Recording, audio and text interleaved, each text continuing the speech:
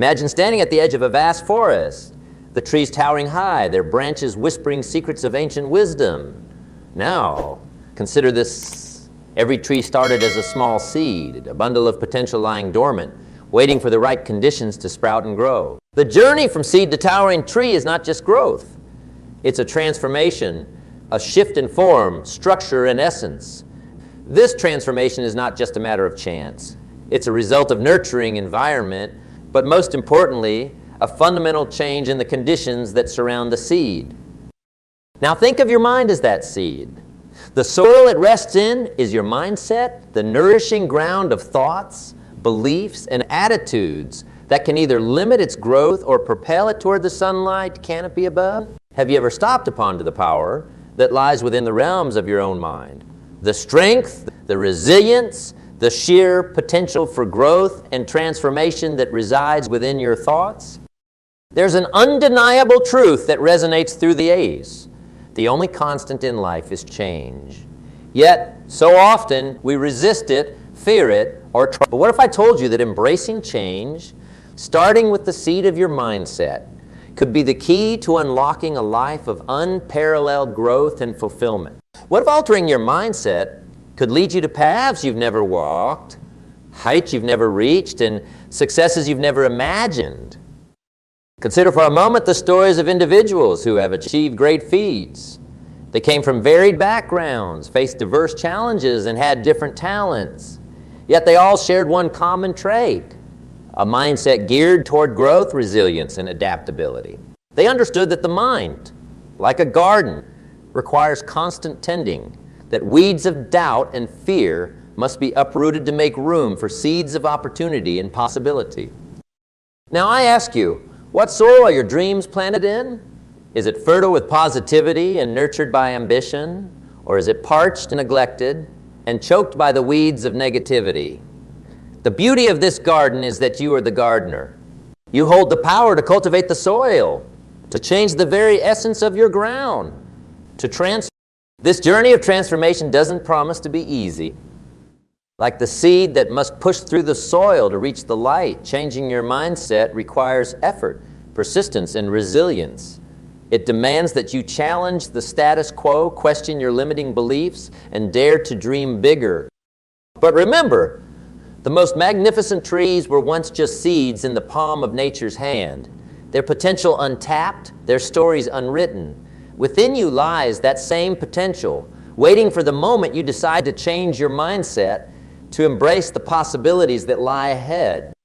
So as we embark on this journey together, let us ask ourselves, are we ready to transform, to change the soil of our minds and plant the seeds of our future? Let's delve deeper into understanding how our mindset shapes our reality, and how, by altering it, we can not only change our lives, but perhaps even the world around us. Consider the vast expanse of human achievement.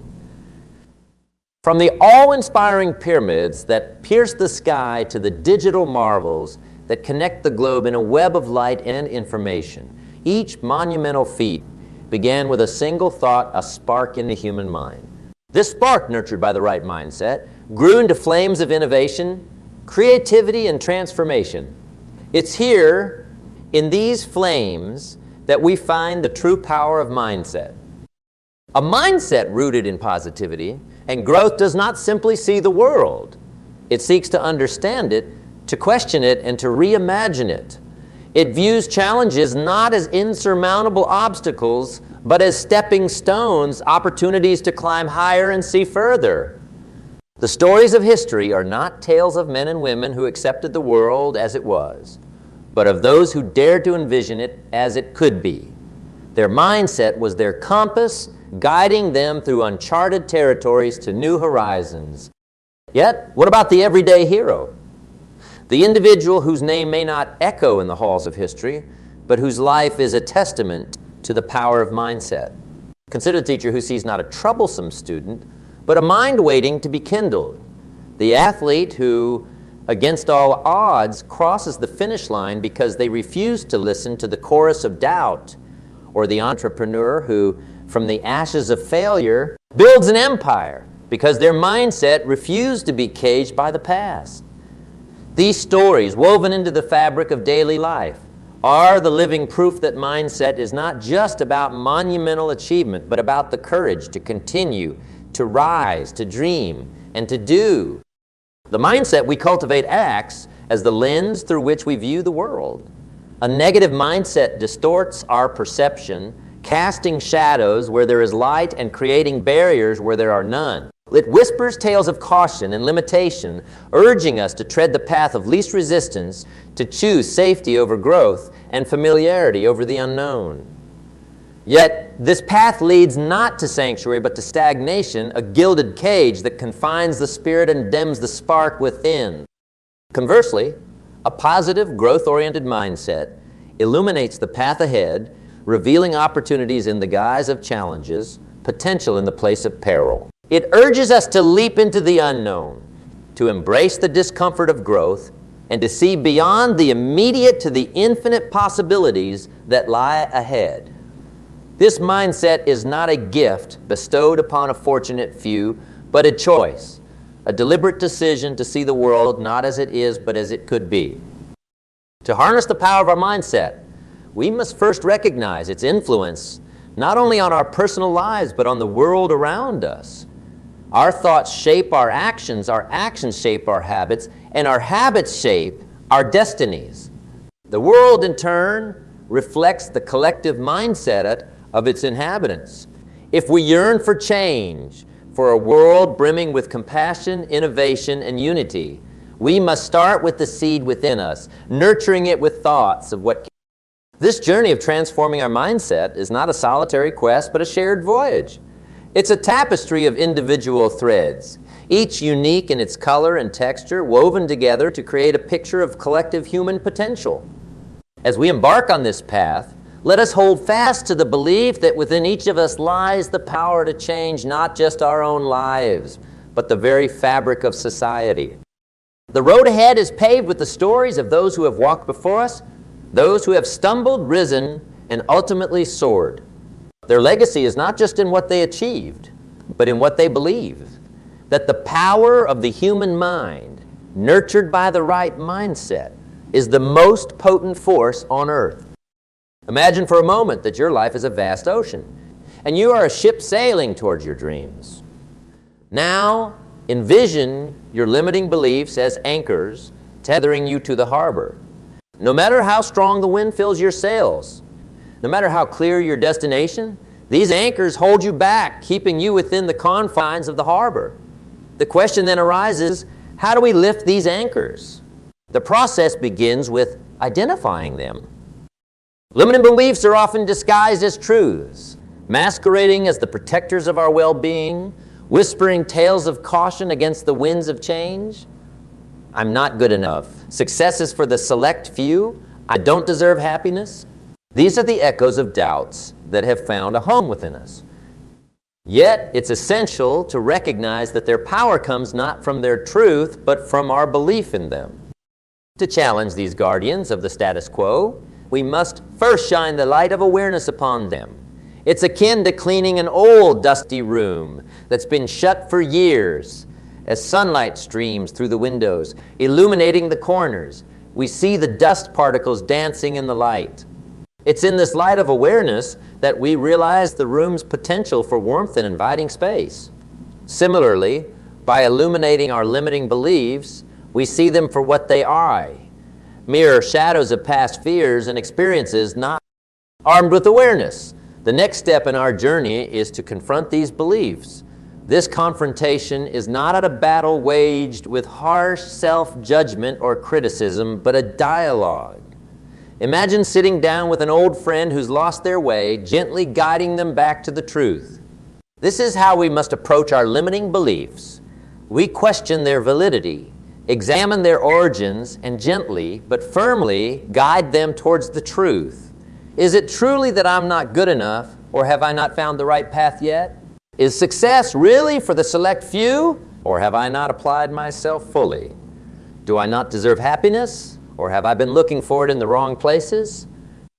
As we engage in this dialogue, a transformation begins. The anchors of limiting beliefs, once formidable, start to loosen their grip, It's a process, slow and steady, requiring patience and perseverance. But remember, the mightiest of ships were not built to remain in the harbor. They were designed to explore vast oceans, to brave storms, and to discover new worlds.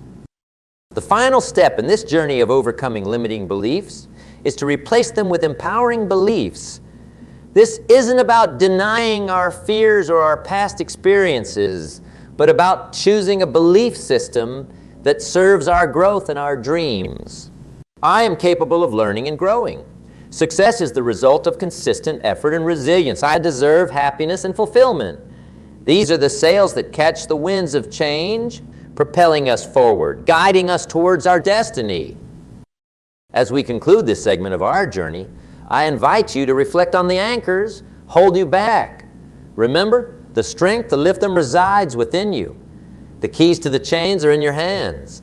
It's a journey we embark on together, stepping into the light of awareness, engaging in dialogue with our deepest fears, and choosing a belief system that elevates us. The growth mindset, a term that resonates with the symphony of progress, is the belief that our basic qualities are things we can cultivate through our effort.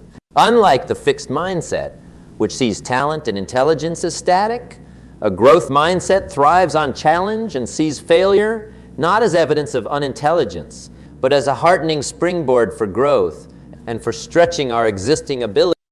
Now imagine for a moment that life is a grand, complex mosaic. Each piece, with its unique shape and color, represents a learning opportunity, a chance to add depth and beauty to the tapestry of our existence. With the growth mindset, we approach each piece with curiosity, not judgment, with passion, not fear. We understand that each challenge, each failure, is but a piece of the mosaic waiting to be understood and transformed into part of our masterpiece. How then do we cultivate such a mindset? It begins with embracing challenges. When we stand before the vast expanse of the unknown, the growth mindset whispers, "Step forward, for this is the path to wisdom." It reminds us that every challenge is an opportunity to expand our skills, to push the boundaries of our understanding, and to venture into realms of possibility that were once beyond our sight. Next, we must become resilient in the face of setbacks. The journey of growth is not linear. It is fraught with setbacks and detours that test our resolve. Yet, it is precisely in these moments of apparent defeat that the growth mindset reveals its true power, urging us to rise, to learn from our missteps, and to embark once more on the quest with renewed vigor and insight. Moreover, the growth mindset encourages us to see effort as the path to mastery.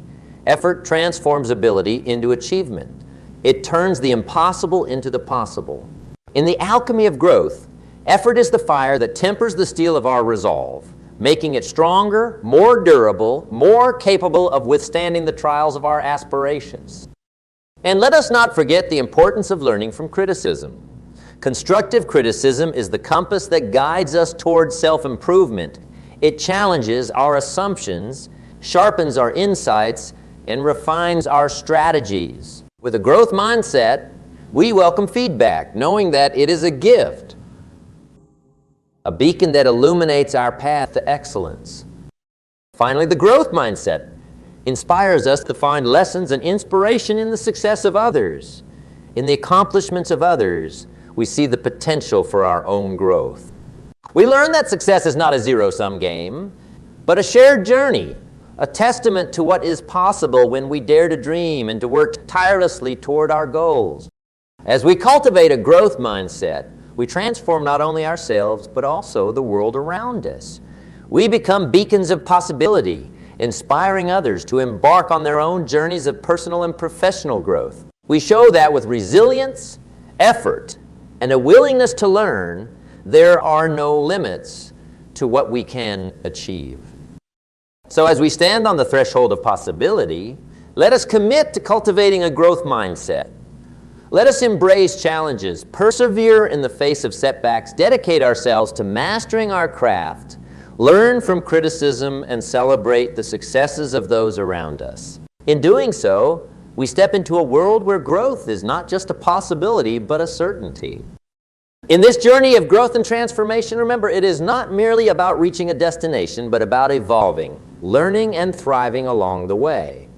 Let the cultivation of a growth mindset be your guiding star, leading you to realms of endless potential and unparalleled achievement. As we journey further into our exploration of self-evolution, let us pivot towards the practical application of this newfound understanding in the tapestry of our everyday lives. Imagine, if you will, a world where every morning grants us a fresh canvas, an opportunity to paint our day with the vibrant colors of our choices, actions, and most crucially, our mindset. The dawn of each day holds the promise of new beginnings, echoing the question, how do we embed the seeds of this profound mindset change into the soil of our daily existence? Embarking on this transformation requires more than just understanding. It necessitates action. It beckons us to weave the threads of change into the very fabric of our daily routines. It's about making conscious choices, moment by moment, that align with the grand vision we have for our lives.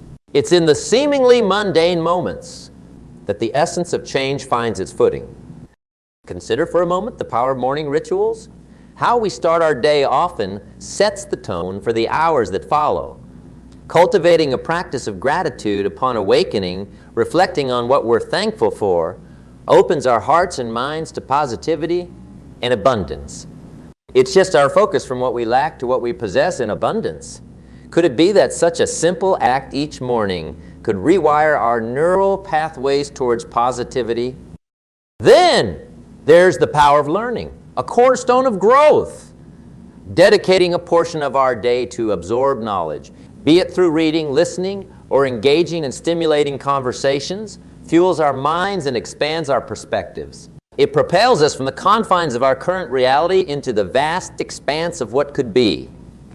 What if every book we read, every podcast we listened to, adds another layer to our growth, inching us closer to the person we aspire to be? Engagement in daily reflection is another pillar in implementing mindset change.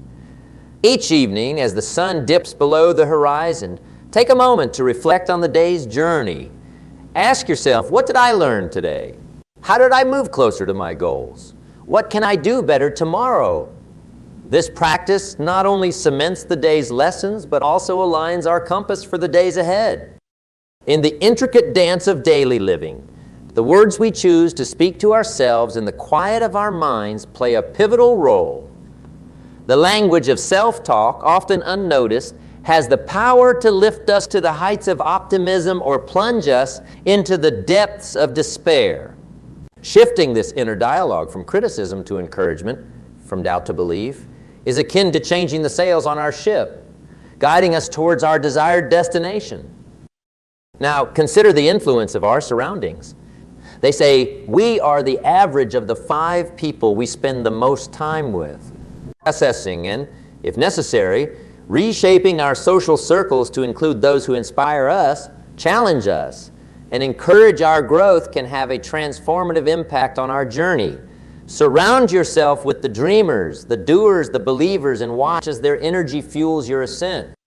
As we weave these practices into the fabric of our daily lives, we embody the change we wish to see. It becomes less about grand gestures and more about the consistency of small actions, repeated day in and day out, that compounds over time into profound transformation.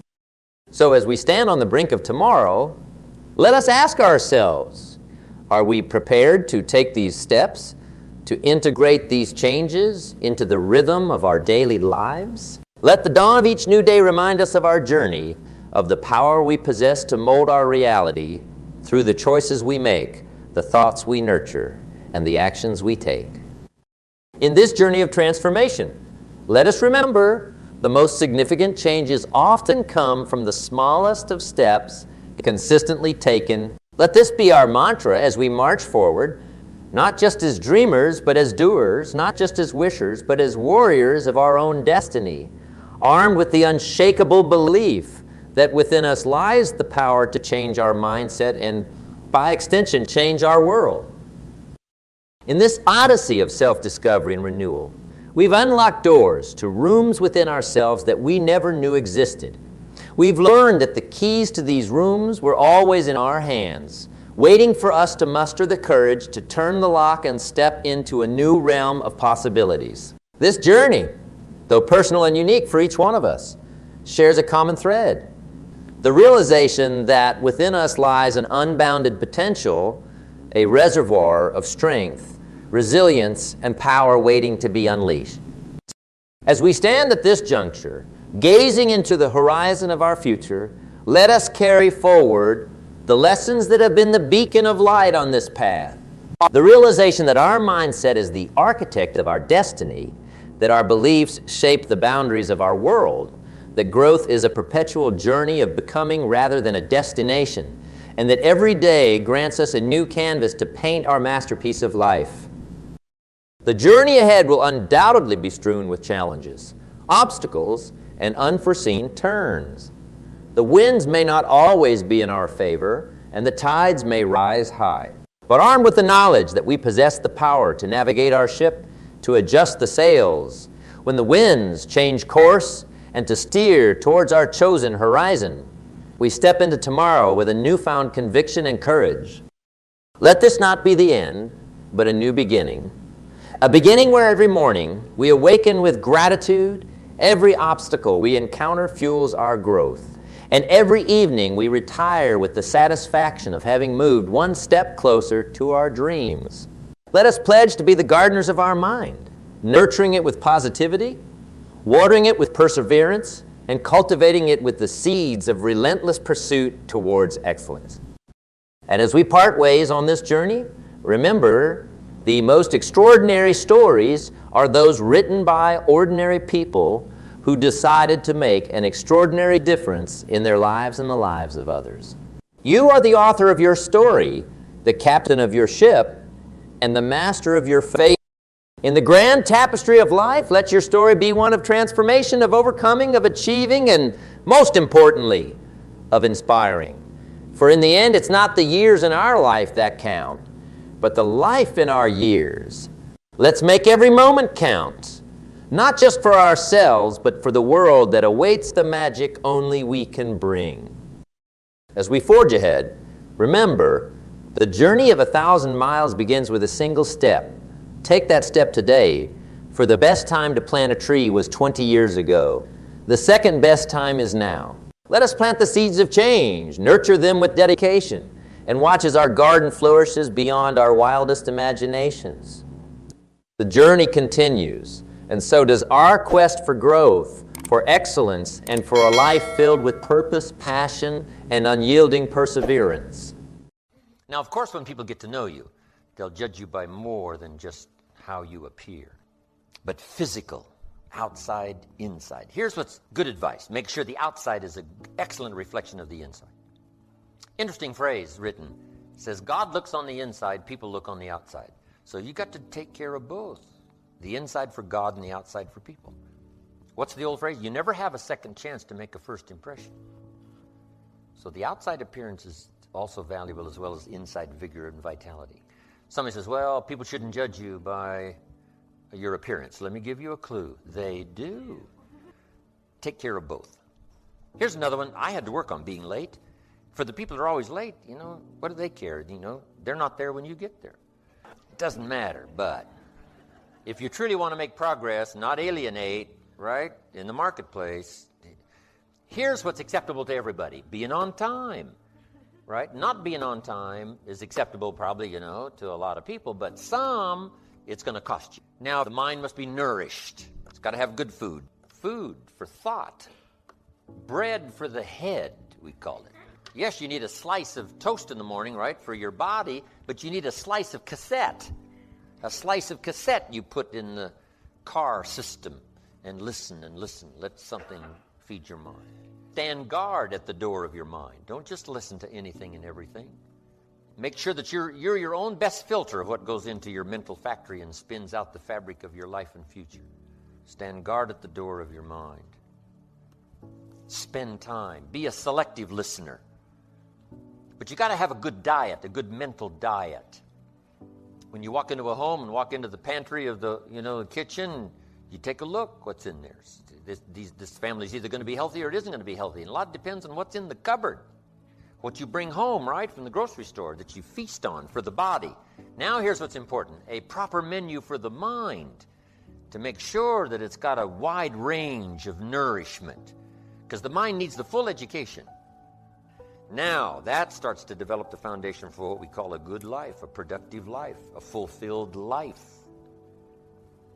And we need this mental input.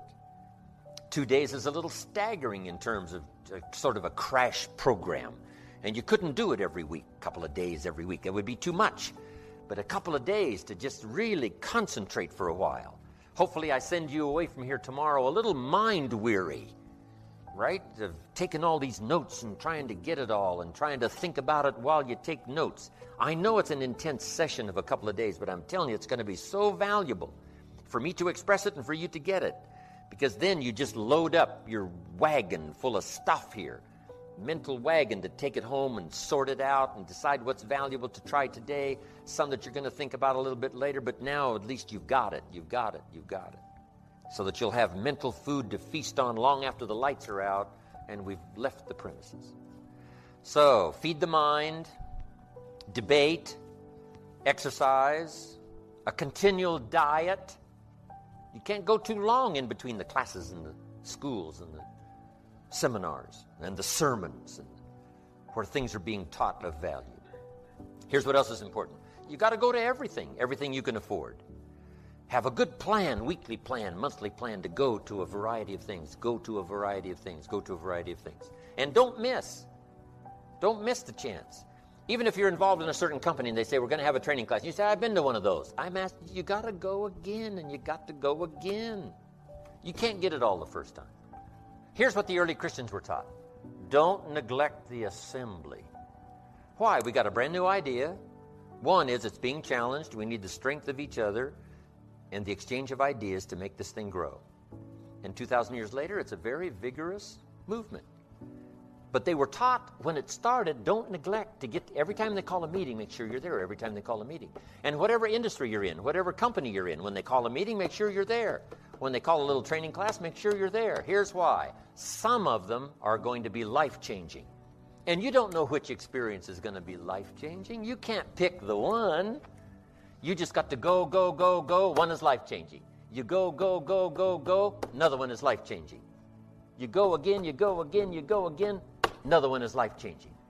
For the people that were there, somebody that you met, something that you heard, and that one was just perfect. The atmosphere was right, the crowd was right, and everything was right, and you'll never be the same again. And you don't know which one that's going to be. That's why you've got to pursue. Go often, have a good plan for the search of knowledge and ideas that can inspire to the best of your potential.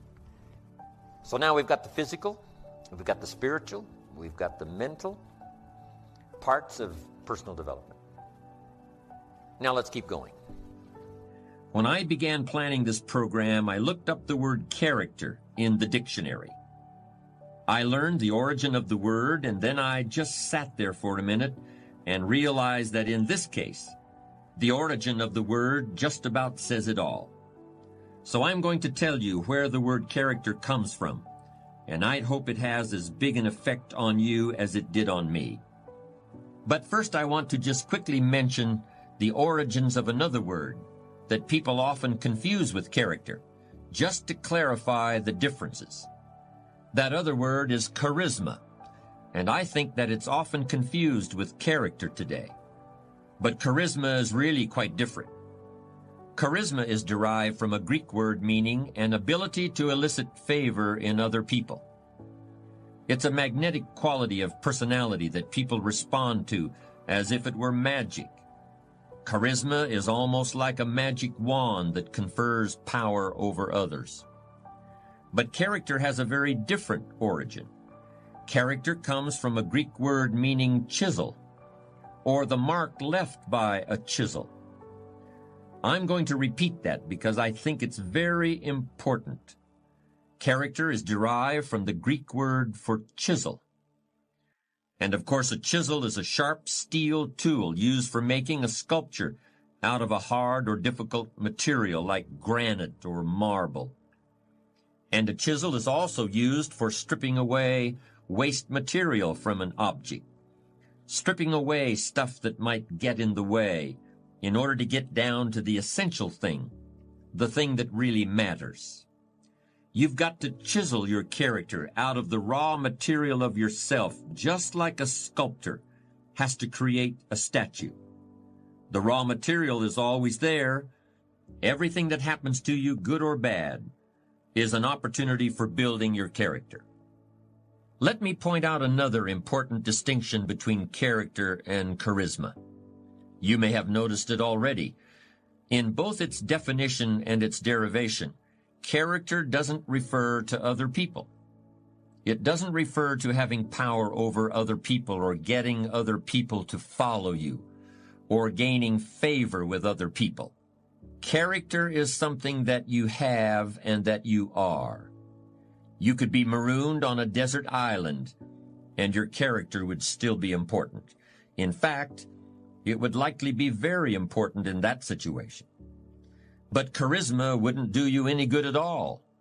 Charisma requires the presence of others, while character is all about you. Character is the person you are after you've chiseled and have gotten past all the unnecessary material to what's underneath. But since we're usually surrounded by other people, let me be a little more specific about how the differences between a charismatic person and a person with character can play out in the real world, particularly in leadership situations. Here are 4 sets of circumstances that can easily occur. First, a really charismatic person can make people believe there's pie in the sky, or that the sky is going to fall tomorrow, one just as easily as the other. By creating these expectations, charismatic individuals can indeed energize and inspire others, or terrify and demotivate them, until the overblown scenarios are proven false and the charisma runs out. But a person of character doesn't need to be anyone's Pied Piper and isn't comfortable in that role. Instead, he or she looks within for the true source of inspiration and energy. Second, a charismatic person can inspire devoted or even fanatical loyalty. But this can all too easily turn into an unconscious sense of dependency, and that can make matters difficult when the leader is no longer available. Like a charismatic coach, effective during the glory years, but when he leaves the organization, there is a sense of abandonment, and the team may never achieve anything like its prior success. Powerful personalities often resist delegating authority, but it's an attitude of character for a leader to refrain from making himself or herself the indispensable heart and soul of an organization.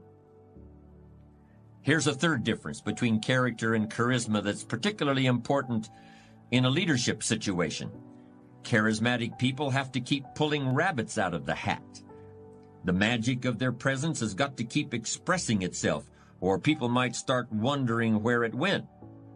Worse yet, they might start getting bored. There were plenty of charismatic individuals around, such as Churchill, Montgomery, de Gaulle, and Patton. What was needed was somebody with toughness, stamina, and ability to manage people. Just before the Normandy invasion in 1944, Eisenhower met with a group of officers who would be going into battle. He stretched out a piece of string on a table and pulled it a few inches with his finger. "An army is like this piece of string," he said.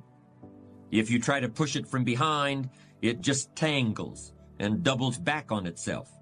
Soldiers have to be led from the front, not pushed from behind." Eisenhower may not have been colorful, but he could definitely get his point across in a way anyone could understand.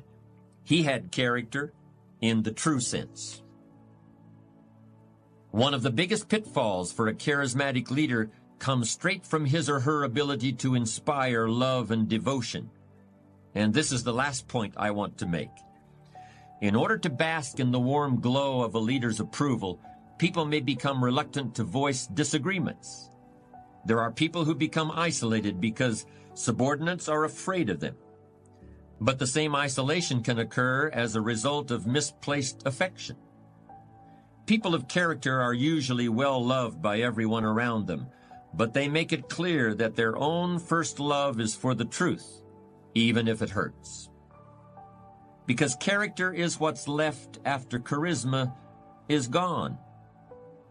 I'd like to elaborate a bit on a comparison I made earlier about how creating your character is like an artist creating a sculpture. The essential point is this: I don't think character is something that just happens by itself, any more than a chisel can create a work of art without the hand of an artist guiding it.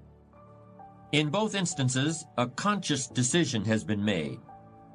A conscious process of design is at work. Character is the result of hundreds and hundreds of choices you may make that gradually turn who you are at any given moment into who you want to be. If that decision-making process is not present, you'll still be somebody, you'll still be alive, but may have a personality rather than a character. And to me, that's something very different.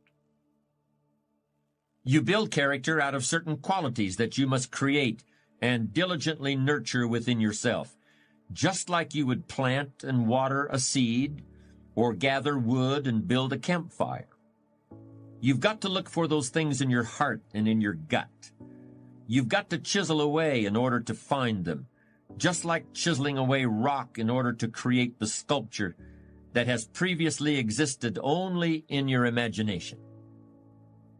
But the really amazing thing about character is that if you're sincerely committed to making yourself into the person you want to be, you'll not only create those qualities, you'll strengthen them and recreate them in abundance, even as you're drawing on them every day of your life. Now let's keep going. Ideas plus inspiration. Make the note, we need ideas for goals and plans to design our life for the future. Tomorrow we'll do the workshop, setting goals for the next 10 years. Ideas for plans to achieve those goals. But here's what else we need: inspiration. Emotional vitality. Without that, the ideas, won't progress very far. They may serve you to just get by, but I'm sure you haven't spent this kind of money and this kind of time to pick up ideas just to get by. But we want to be able to flourish. However, that is a human being's two major objectives. And you might make these notes. One is to survive. First, we must learn to survive. Second, then we learn to succeed, which is beyond survival. But most people settle in just in sort of the survival mode, enough to get by. They've got all these resources to tap, and they don't tap them because, they're getting by. Their kids aren't starving. They got a roof over their head and some clothes to wear and food to eat. But to go way beyond that, to flourish, not just to survive, but to flourish, I'm sure that's what all of us are here these 2 days for, to find more ideas on how to do that. Now, the idea part is fairly basic and upfront, right? We're going to talk about time management ideas. We're going to talk about leadership ideas. We're going to talk about good health ideas. We're going to talk about all kinds of ideas. And they're fairly easy to put forward. Here's what's a little more tricky: inspiration. Who knows why one's inspired and one is not inspired? Here's what I call it. It's a good thing to remember for the rest of your life. It's called the mysteries of the mind. And you'll be confronted with that forever, the mysteries. Here's what we have to do with most mysteries: leave them mysteries. And learn to be curious instead of dismayed. Say, why is it this way? Say, I don't know. You get your own planet, you could rearrange it some other way. But on this planet, we seem to be guests. So you figure out how this one works, whoever set it up, right? We follow how it's been set up. Then if you get a chance for a planet, then you can rearrange the whole deal and say, well, I'm not going to do that, I'm going to do this, I'm going to do this. So if you ever get that chance, you can do that. But hey, on this one, it was prearranged before we dropped in here. But on the spinning planet headed somewhere, right, what is the deal? And part of it is a mystery. One of the mysteries: where did we come from? Where are we going? Some of those are a bit unfathomable. We try our best to understand. One writer said, what? We see through the dark glass. We think we've just about got it figured out, but it's a little hazy. It's a little dark. We can't see it quite as clear. But all of our lifetime, we keep searching for ways to see it better, see it better. Someday, hopefully, it'll all be clear. But some things are mysteries. I do a seminar like this. Someone walks out and says, I'm going to change my life. Someone else walks out and says, oh, I've heard all this stuff before. Why two different reactions to the same seminar? Just make the note. It's a mystery. And I haven't tried to solve that. You say, well, I'm going to make everybody walk out and say, I'm going to change my life. See, no, you can't do that. It's going to be however it's going to be. And the key is to be curious and not dismayed. Let the mysteries be mysteries. Interesting story says the day the Christian church was started, a magnificent sermon was preached. And if you read the account of the sermon that was preached the first day the Christian church was started, it was a magnificent sermon. And it was a magnificent occasion. It said there was a multitude that heard this sermon, meaning what? A lot of people heard it. But there was an incredible variety of reaction to the people that heard the sermon. It said some that heard the sermon were perplexed. And I thought, wow, this looked like a pretty straightforward sermon to me. Why would anyone be perplexed? And here's the simple answer. They are the perplexed. I mean, if you try to figure that out, you go crazy. And here's what I learned to do. Leave the perplexed. You can't straighten this out. It said some that heard this great sermon laughed at the speaker and mocked, laughed and made fun of him. I'd say, well, hey, this guy looked pretty sincere to me. Why would anyone laugh and mock? And it's a simple answer. They are the laughers and the mockers. And there's nothing you can do about that. You can't straighten it out and you can't turn it around. You just have to let be whatever is and let it be rather mysterious, but learn to be curious and not dismayed. Then it said some that heard this sermon didn't know what was going on. And they're easy to spot. They're usually saying, what's going on, right? They don't know what's going on. Somebody says, well, they should know. Well, your shoulds and shouldn'ts ain't going to affect it. It's like saying the sun should come up in the west. No, you got to leave this stuff alone. Just let the mysteries be mysteries and let what happens. Let that all be. So some were perplexed, some mocked and laughed, some didn't know what was going on. But here's the rest of the story. It said some that heard the sermon believed. And that's who the speaker was looking for. The believers mixed in this whole mysterious array of human reaction to the same presentation. And you've just got to let this whole mixture of reaction be a mixture of reaction. And you can't be dismayed by it. Otherwise, the only cure for it is to get your own planet. Otherwise, there is no cure. Because I used to try to straighten all this stuff out. In the beginning, I used to say, I'll make them successful if it kills me. I almost died. You can't do that. It said some believed. And that's who the speaker was looking for, the believers out of this massive audience of a multitude. Now, here's what was interesting. It said the number that believed was about 3,000. So it was a pretty good first day.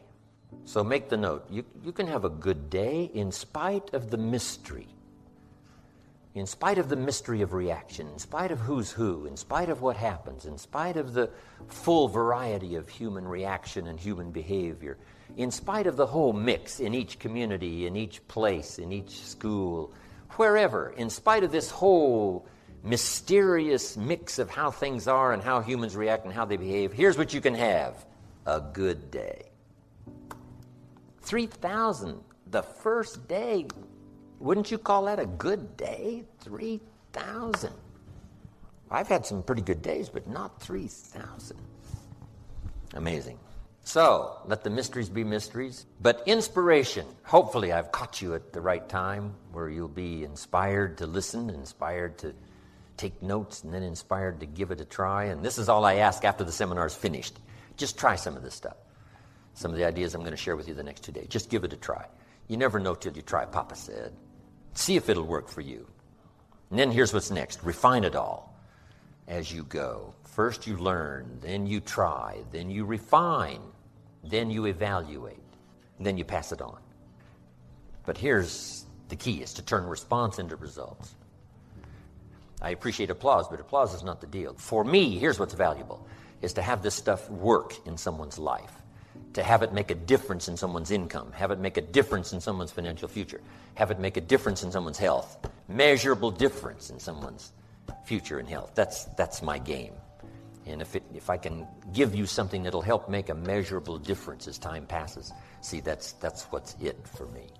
Key phrase, results, is the name of the game.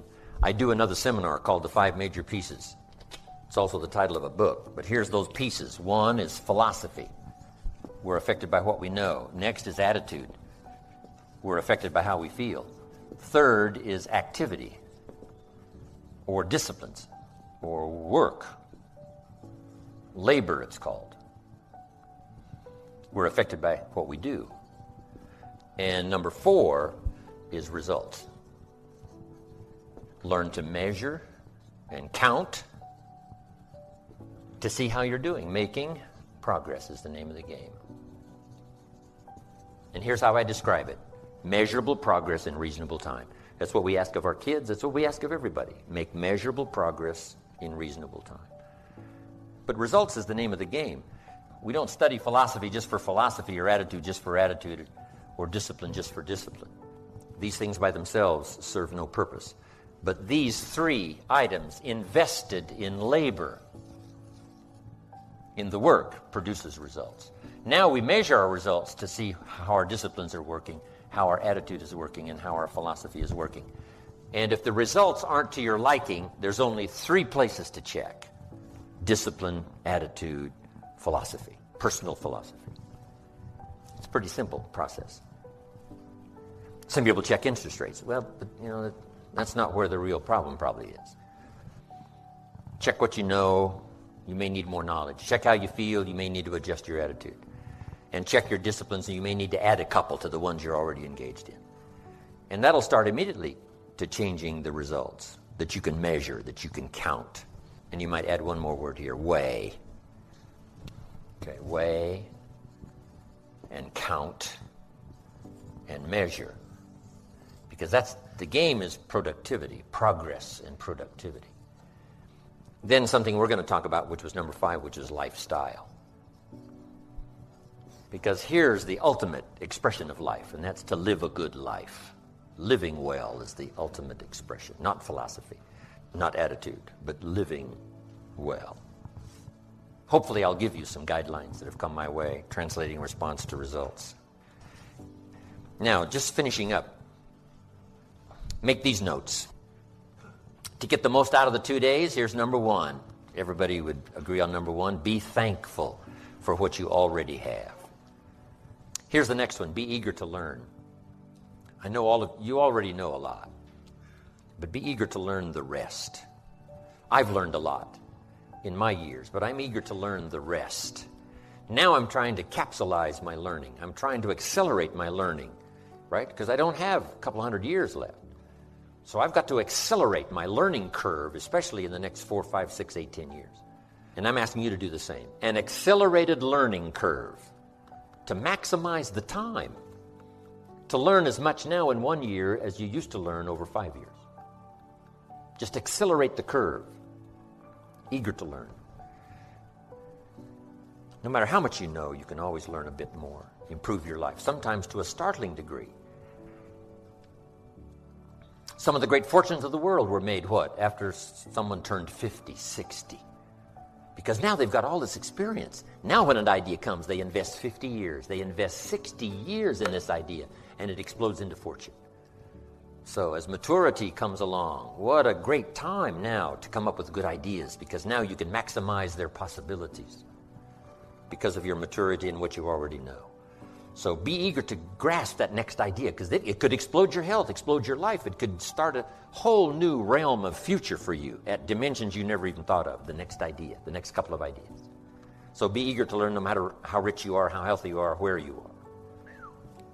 So no matter where you are, be eager for that next idea. Some of you have been teaching like I have for years and years and years, but be ready for the next idea, because it could explode now, your teaching career. It could add new dimensions because of where you are and because of your age and because of your maturity and because of whatever. The next effort you make to get something No telling what that may add in terms of multiplication in your life and your ability to affect the lives of other people. Amazing. Here's what also I'd ask you to do. Argue later with all the stuff I'm going to cover. I wish we had time to debate every issue, because a lot of this stuff's up for debate. Nobody knows that better than me.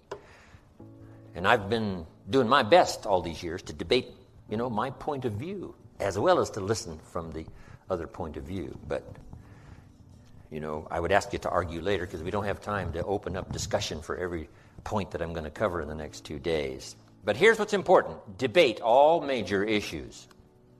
Some issues are fairly sort of obvious. Say, well, I can see the positive side of that right away. But some need discussion. Now, here's what's valuable, to discuss some things with someone else. Debate back and forth. In Israel, one of the great forms of learning is debate. You walk into the classroom, wow, it sounds like confusion. Or they get a hold of an idea, and one gets on one side, and one takes one position, the other one takes the other position, and one says, this is it, and someone says, no, you're mistaken. Here's what you failed to read. Someone says, well, I didn't know that. And then they advance their point of view and say, no, I think you're wrong here. You haven't done your research. How about this, this, and this? The person says, oh, you're right. I didn't do that research. And this verbal debate back and forth goes on in Israel. An Israeli part of learning is this debate. So here's what's important, is to debate the major life issues. In good health today, the great debate is on, which has given us advances we've never had before. So here's what you must be, though, in the debate: a good student. Open to learning, defending and learning. That's what's important, not just to defend, but to defend and learn. Defend your point of view until it's sort of obvious that you've got to give some ground here because you haven't done your research. But this debating is important. We have to debate the health issues. One health book says, do this, you'll live forever. The second health book says, if you do that, you'll die young. So here's what we should do. Make the note, right? Be a student, not a follower. This is important advice. Not to be followers, but to be students. Be no one's disciple except the Lord's. You wind up in Waco, Texas. Be no one's disciple. But be a student. Someone says, well, these 2 books now have opposing views about health.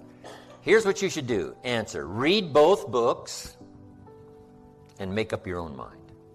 Read both books and see if you can't figure out some way so that it applies to you, maybe drawing from both presentations.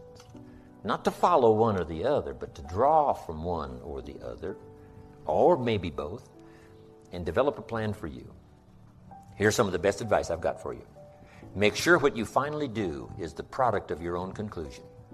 Make sure what you finally do in your financial pursuit, in your health pursuit, in building a good family pursuit, in developing your spirituality. Make sure what you finally do in pursuit of that is the product of your own conclusion, meaning you've processed differing points of view. You've processed what you've learned matched with what someone is teaching you. Here's what's important. No one voice has all the answers. I certainly don't. I only have my point of view. I only have my perception. But my perception may be valuable. What if I say to you, did you ever look at this from over here? And you say no. So you walk over here where I am and you take a look and you say, wow, I never saw it from over here before.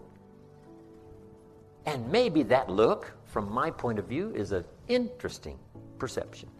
It may reveal something that from over there, looking at it, you missed it. You missed my point of view. Not that my point of view is the point of view, but it is a point of view. Right? There's a difference between a point of view and the point of view. Here's the first skill that revolutionized my life: sales. Learning to present a product and service to the marketplace. I multiplied my income by 5 first year. Multiple skills. So now I got 2 skills. Milking cows and making sales. But the skill revolutionized my life. I had never seen that perspective before of how I could so dynamically affect my income by learning this extra skill. Amazing. So be eager to learn, argue later, but debate, right? Is it for me or isn't it for me? Do I have the temperament? What is the deal? Should I start now and learn, or should I postpone it? What should I do? All of this stuff is very good. Turn it over in your mind till finally you decide. Next, become a good listener. It is difficult. We live in such a busy time. It's going to be a little difficult to shut everything out for 2 days and just concentrate here. Because our life's out there, right? Our family's out there, and our friends are out there, and our business is out there, and things are going on out there. Things are happening out there, right? And sometimes out there, we get sort of distracted thinking a lot about what's out there. But if you can, to the best of your ability, zero in here, give you the best of your attention that you possibly can. Let me just at least start our first subject for today. It's called enlightened self-interest. Part of human nature is self-protection. Part of human nature is self-survival, self-development so that we can defend ourselves and explore the possibilities in ourselves. Self-interest. Now here's the big question. Is that okay, self-interest? And here's my best answer. If it's enlightened. If it's enlightened. Otherwise it turns to selfishness. And here's the unique thing about selfishness. It is not in your best self-interest. We must learn that early. When a little child, grabs something away from another child and is selfish, doesn't want to share it. Say, no, that is not in your best interest. And at first it doesn't seem like it. At first it seems like, no, what's in my best interest is what's mine is mine and what's yours is mine, and this whole sort of selfish idea. But this is part of becoming a civilized society, is learning that truly in the long run your best interest is served by not being selfish. But here's what we cannot do: deny our own self-interest. But if our self-interest becomes educated, it can be uniquely served so that everyone benefits and no one loses. How could it be possible to work in your own self-interest and still no one else lose? It's very interesting. Let me give you the first idea. The question was asked once, way back. What does it take to be great? What is the key to greatness? And that's a good question for everybody to make a note of. What is the key to greatness? The full development of our potential. Because that's really two parts to life. Is the full development of our potential and the wise use of all of our resources. You can't describe life, human life, any better than that. The full development of all of our potential and the wise use of all of our resources. That's worth a few books. Just those two sentences is worth several books. Full development of all of our potential and the wise use of all of our resources. But in the development of our potential, the question was asked, how can we be great? Or should we even seek for greatness? Now the answer was given, how to be great. So it must have been okay. And let me break it down for you. The key to greatness, how to act in your own self-interest, but still not diminish the interest of anyone else. And it's a very simple answer. Now, greatness could be defined in many ways. Great wealth, great power, great influence, great self-esteem, great self-respect. There's many kinds of greatness, but how could we achieve all of that greatness in some measure or ongoing measure? How could we achieve that? Here was the simple answer. It said this: find a way to serve the many. Find a way to serve the many. It is the greatest key to self-interest. Now, at first it doesn't seem like it, but that's what education is all about. Is to take what at first seems to be the best and then find out later, no, that's right, that's not the best. In teaching financial independence to kids, guess what we teach? Someone say, well, what's best now is to spend your money. Say, no, that's what seems to be best. That's what seems to be best. But if you give it a little thought now and attend a couple of classes, guess what you'll learn? That isn't the best. What I first thought was the best turned out, when I was more educated, that wasn't the best.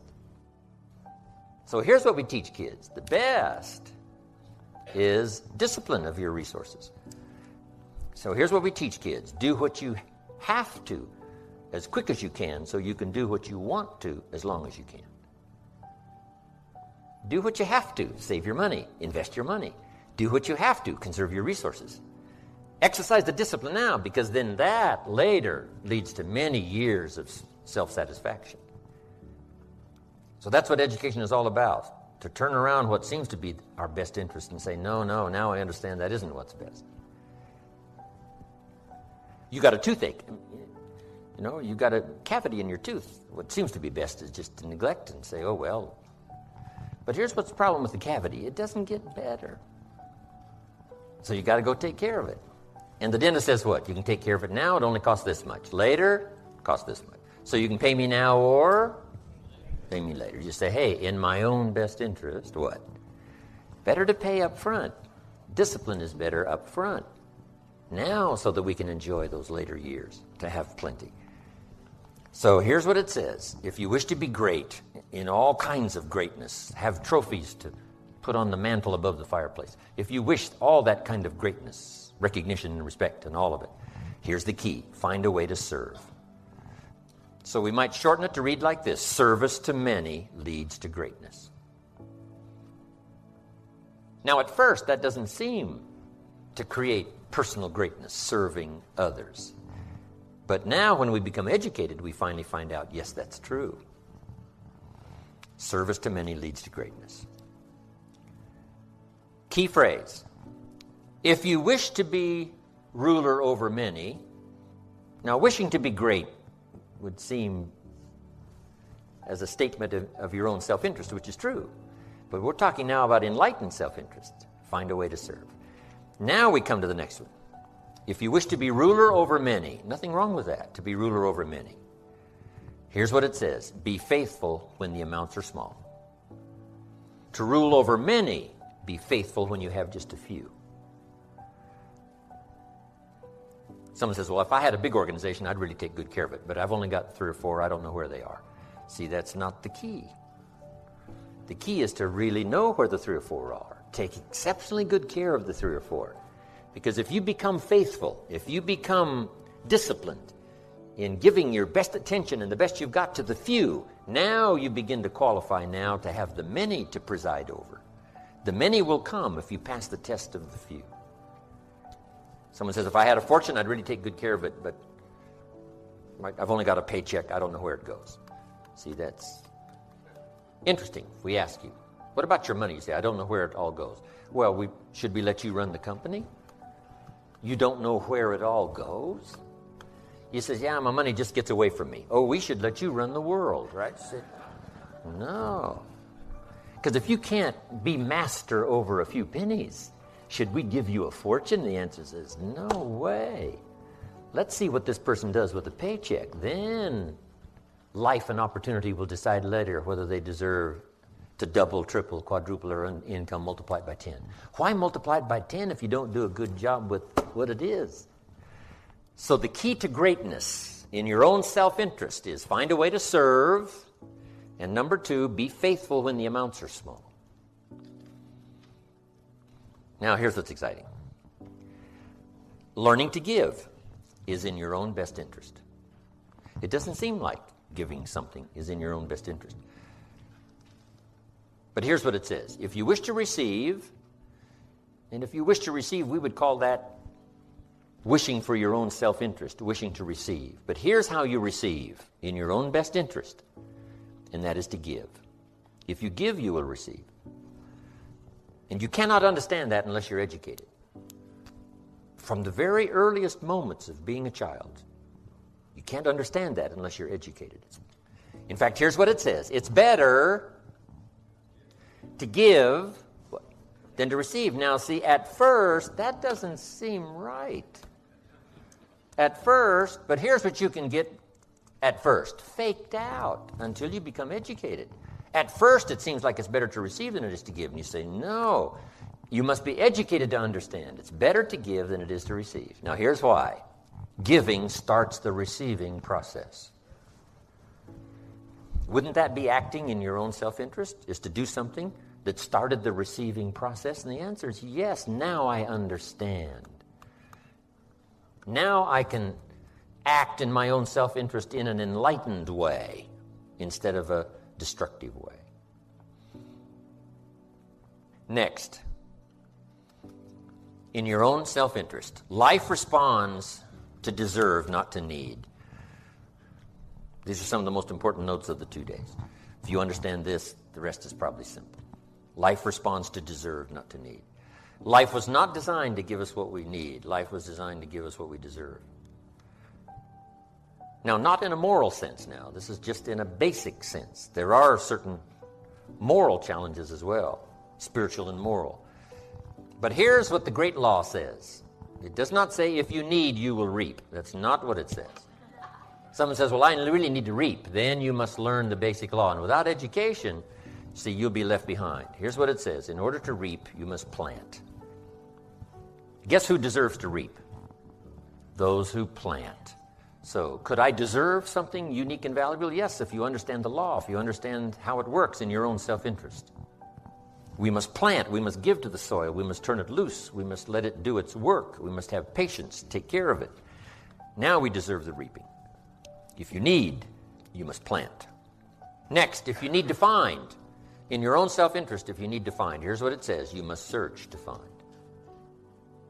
Finding is reserved for those that search. They're the ones that deserve it. Somebody who says, well, this person really needs to find a good idea, then they must go searching. You must go to the library. You must go to the seminars. You must go to the sermon. You must go to and listen to the lyrics of the song. You must go to where education is being taught. You must go to where good ideas are being shared. Go to, go to. Rarely does a good idea interrupt you. Rarely. Good ideas are like mining for gold. You've got to develop the mental machinery to go look, go sifting, go searching, go looking. And if you search, what? You will find. The promise is there for everyone in their own self-interest. You'll find all you need to find. If you search for it, you'll find everything you need for your health, everything you need for a flourishing lifestyle, everything you need for a good marriage, everything you need to strengthen your friendship, everything you need for economics. You will find if you'll do like you did today. Spend a couple of days searching, taking a look, seeing if someone has some good ideas to share. All things are conditional. God says, I'm an amateur on God, but God says, if you'll move toward me, I will move toward you. It's always conditional. Which could also be translated, God says, you don't move, I don't move.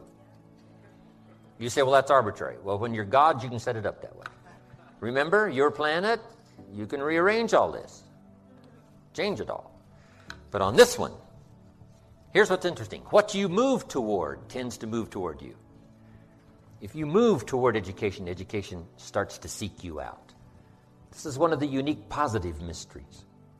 Whatever you move toward moves toward you. If you move toward progress, progress seems to want to now embrace you, move toward you. All life seems to wish to reward its benefactor. If you become the benefactor, you'll receive these incredible rewards. If you're the benefactor to the garden, the flowers seem to bloom and say, look at me, look how bright and beautiful I am because you took care of me.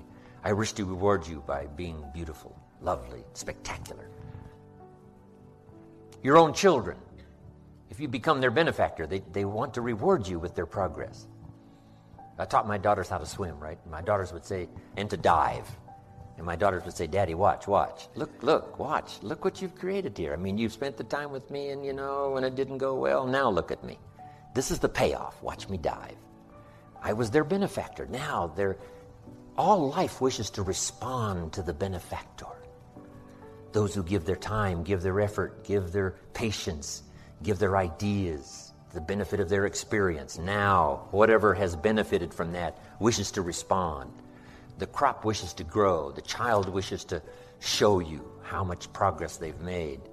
That is so exciting. Okay. Here's the last part on this. In your own self-interest, it's better to pay. Right? It's better to pay than to get it for free. Someone says, I wish I could get it for free. Not really. Because for free doesn't make anything of you.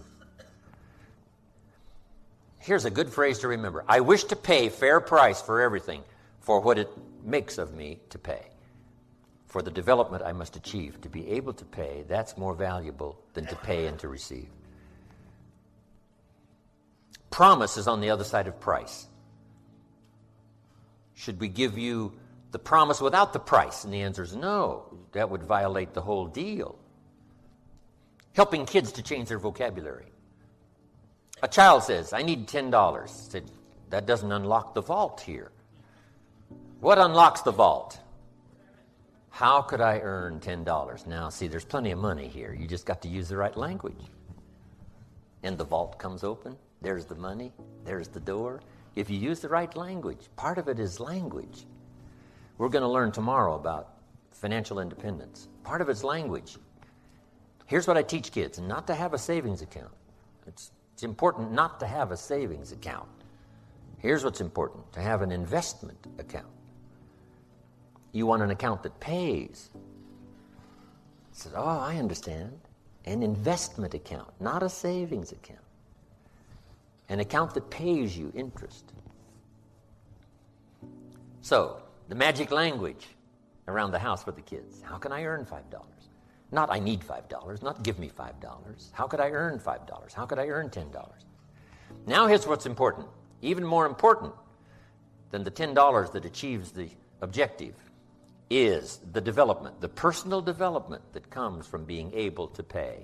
Being able to pay is more valuable than receiving. Getting something is never enough. Paying for it, earning it, is the real value. I got 4 parts to the day that turns your life around, and then we're finished for the day. Number 1, disgust. Disgust is a negative emotion, but it can have a very positive, powerful effect. Disgust says, I've had it. What an important day that could be. I met a beautiful, powerful, accomplished executive lady in New York. The company invited me to come in. This lady was a vice president, extraordinary lady. I got to know her, and I found out her story. I said, how did you get here? Big income. And she never went to college, never went to university. I said, how did you get here? Executive, powerful, income. She said, well, let me tell you part of the scenario. She said, when I was a young mother a few years ago, she said, one day I asked my husband for $10. And he said, what for? Before that day was over, I decided I would never, ever ask again. She said, I started studying opportunity, found it, took the classes, put myself through the schools, did the scenario. Now I'm vice president. I make a lot of money. And she said, I kept my promise. I've never, ever had to ask again. It's called a life-changing day. The day you say, enough is enough. Now, if you can add an act to your disgust, it helps. The man takes a shotgun to his car, blows out every window, destroys every tire, puts 100 rounds in it, and says, I've driven this embarrassing thing for the last time. And then he saves it. He saves it. And later when somebody says, how did you become rich and powerful? He says, let me show you this car. One day I'd had it up to here. I blew it to smithereens. Here's the last 3. Next is decision.